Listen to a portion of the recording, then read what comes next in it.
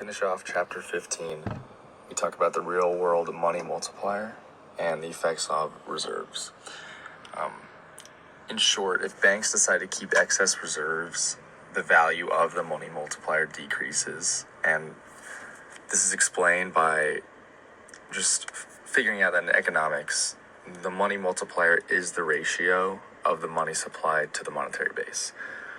If the money multiplier is stable, it implies that the central bank can control the money supply by really determining the monetary base.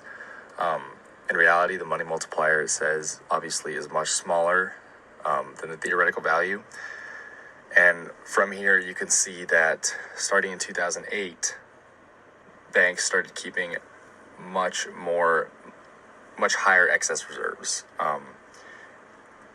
You can see that in 2008, this is what it just showed on the graph, the Fed purchased a lot of securities to reduce stress at the financial markets. It says in parentheses that it went from 32 to 828 billion in excess reserves starting from 2008.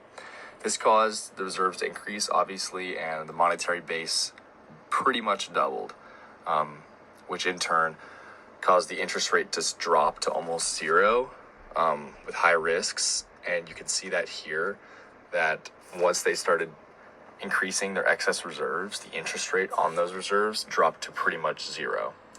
And here it shows the relationship between the monetary base and M1, which includes, cash and checking. And then in the real world, if banks would lend all of this money instead of keeping excess reserves, that would lead to hyperinflation.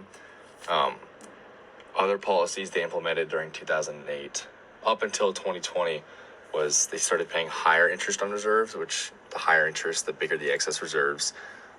This decreased the supply of money, and it also helps counteract the risk of hyperinflation.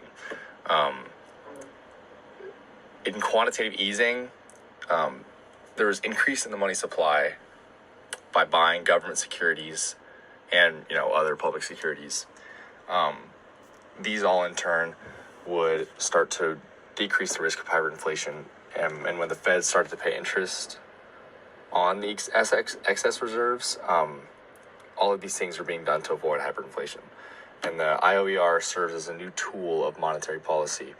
If the IOER is less than the federal funds rate, the amount of excess reserves will in turn decrease.